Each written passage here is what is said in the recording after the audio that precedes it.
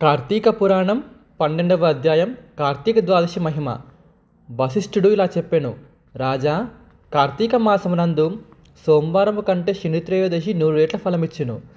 శనిత్రయోదశి కంటే కార్తీక పౌర్ణమి 1000 రెట్లను, పౌర్ణమి కంటే శుద్ధ పాడ్యమి 1,00,000 రెట్లను, శుక్ల పాడ్యమి కంటే శుద్ధ ఏకాదశి 1,000,000 రెట్లను, దానికంటే కార్తీక ద్వాదశి అనంతమైన ఫలమిచ్చును.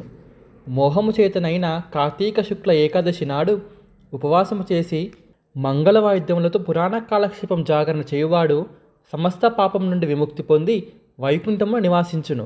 కార్తీక మాసమునందు ఏకాదశి నాడు ఉపవాసము చేసి ద్వాదశి నాడు బ్రాహ్మణులతో కలిసి పారాయణ చేయువాడు సాయుధ్య ముక్తి పొందును.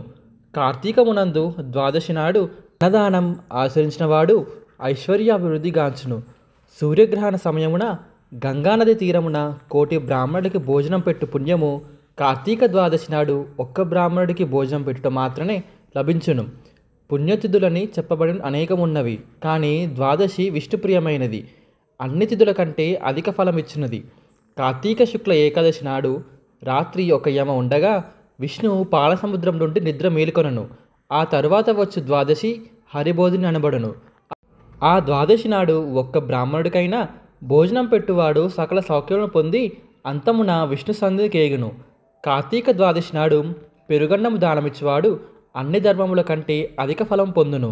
కార్తీక శుక్ల ద్వాదశి నాడు పాలిచ్చున్న ఆవుకి బంగారు కొమ్ములు వెండి డెక్కలు చేయించి ధరింపజేసి పూజించి దూడ తోడుగా గోదానం చేసిన వారు ఆ గోవుకి ఎన్ని రోమాలు ఉండునో అన్ని సంవత్సరములు స్వర్గమున నివసించును.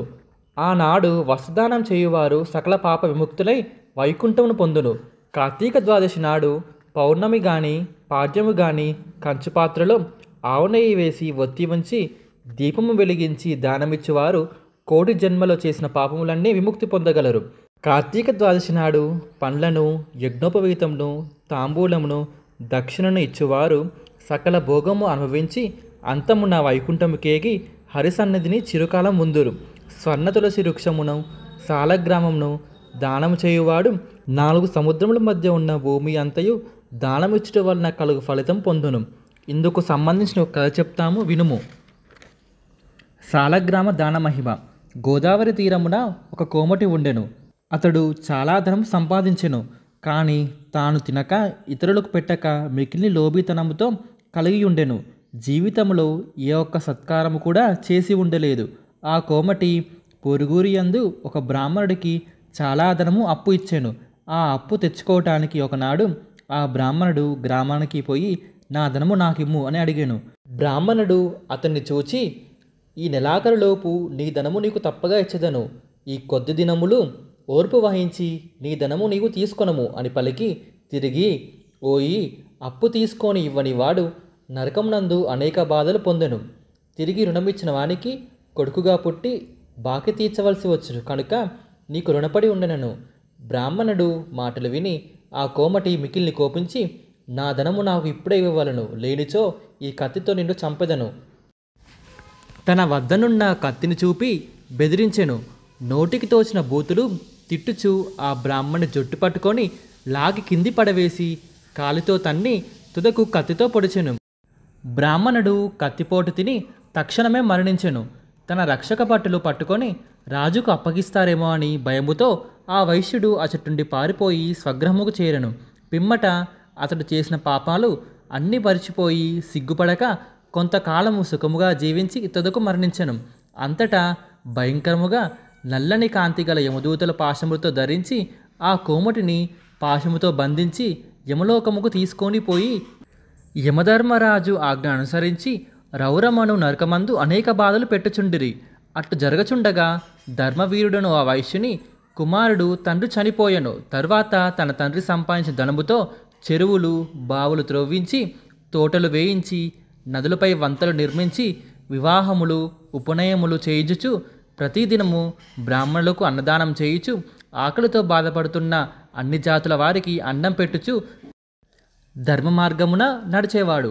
ఒకనాడు ధర్మవీరుడు విష్ణుమూర్తిని పూజించున్న సమయమున గోవింద, నారాయణ, కృష్ణ, విష్ణు, అనంత, వైకుంఠవాస, శ్రీవత్సలాంఛన, విశ్వంబర, దేవదేవ, నమస్తే, దేవేశ, నమస్తే నమస్తే అని హరినామ కీర్తన చేయుచు నారద మహర్షి అచటికి వచ్చెను.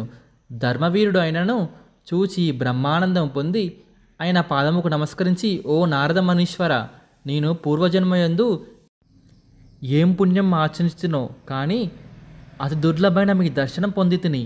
నా జన్మ పావనమైన స్వామి, మీ రాకకై కారణమేమిటో తెలియదు. మీ ఆజ్ఞను పాలించుట సిద్ధముగా ఉన్నానని పలికెను. అప్పుడు నారద మహర్షి, వత్స ధర్మవీర, నేను చెప్పుచున్న మాటలు శ్రద్ధగా వినుము. కార్తీక ద్వాదశి హరికి చాలా ప్రియమైనది. ఆనాడు చేసిన స్నానదానాలు అనంత ఫలమిచ్చును. సూర్యుడు తులారాశి ఎందుండగా కార్తీక ద్వాదశి నాడు సాలగ్రామ దాన ముసుగువారు జన్మంతర కృత పాపులన్నింటినీ విముక్తి పొందగలరు. నీ తండ్రి అనేక పాపములు చేసెను, అందువలన ఇప్పుడు యమలోకమున బాధలు పొందుచున్నాడు. అతడు పాప విముక్తి అవ్వడానికి నీవు కార్తీక ద్వాదశి నాడు సాలగ్రామ శిలదానం చేయుము అని చెప్పగా, మునీంద్ర, గోదానము, భూదానము, తిలదానము, సువర్ణదానము మొదలగు దానము వలన కలిగిన ముక్తి శిలదానం వలన ఎట్లా కలుగును? శిలదానము చేయుట వలన అంత ప్రయోజనమేమీ కనపడదు కదా. కనుక నేను శిలదానము చెయ్యను అని ధర్మవీరుడు చెప్పెను. నారదుడు సాలగ్రామ శిలదాన మహిమ గురించి ఎంత చెప్పినను ధర్మవీరుడు మూరుడై చేయుటకు అంగీకరించలేదు. అంత నారదుడు అంతరార్థమయ్యెను. కొంతకాలముకు ధర్మవీరుడు మరణించెను. అతడు మహాత్ముల మాట వినని దోషం వలన, సాలగ్రామ శిలదానము చెయ్యని దోషం వలన నరకముకేగి అనేక బాధలు పొంది 3 సార్లు పులి జన్మను, 3 సార్లు కోతి జన్మను, 5 సార్లు ఎద్దు జన్మను, 10 సార్లు స్త్రీ జన్మను పొంది వైదివ్యము అనుభవించెను. తరువాత ఒక యాచకుని కుమార్తెగా జన్మించెను.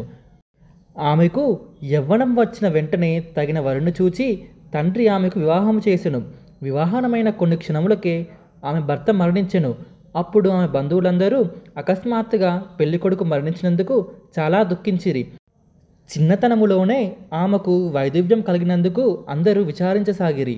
యాచకుడు దివ్యదృష్టి వలన తన కుమార్తె బాల్యమందే వైదవ్యం పొందుటకు కారణమేమిటో తెలుసుకొని బంధువులందరకు తన కుమార్తె పూర్వం ఆచరించిన పుణ్యపాపముల గురించి తెలియజేసెను. ఆమె యొక్క జన్మాంతర పాపములను నశింపజేయటానికి కార్తీక సోమవారం నాడు వేదాంగ పారంగతుడై ఒక బ్రాహ్మణుడికి సాలగ్రామ శిలదానం చేయించెను. సాలగ్రామ శిలదానం మహిమ వలన అతను అల్లుడు తిరిగి జీవించెను. తరువాత ఆ దంపతులు చిరకాలం సుఖముగా గడిపిరి. తరువాత ఆమె స్వర్గముకేగి అతడు చాలా కాలం ఆనందంగా ఉండి తిరిగి భూలోకముకు బ్రాహ్మణ జన్మ పొందెను. అప్పుడు అతడు ప్రతి సంవత్సరం కార్తీక సోమవారం నాడు సాలగ్రామ శిలదానము చేసి విశేష పుణ్యం ఆచరించి తుదకు మోక్షం పొందెను. అంతేగాక అతడు చేసిన సాలగ్రామ దాన మహిమచే నరకమునందు అతని తండ్రి కూడా పాప విముక్తుడై ముక్తి పొందెను.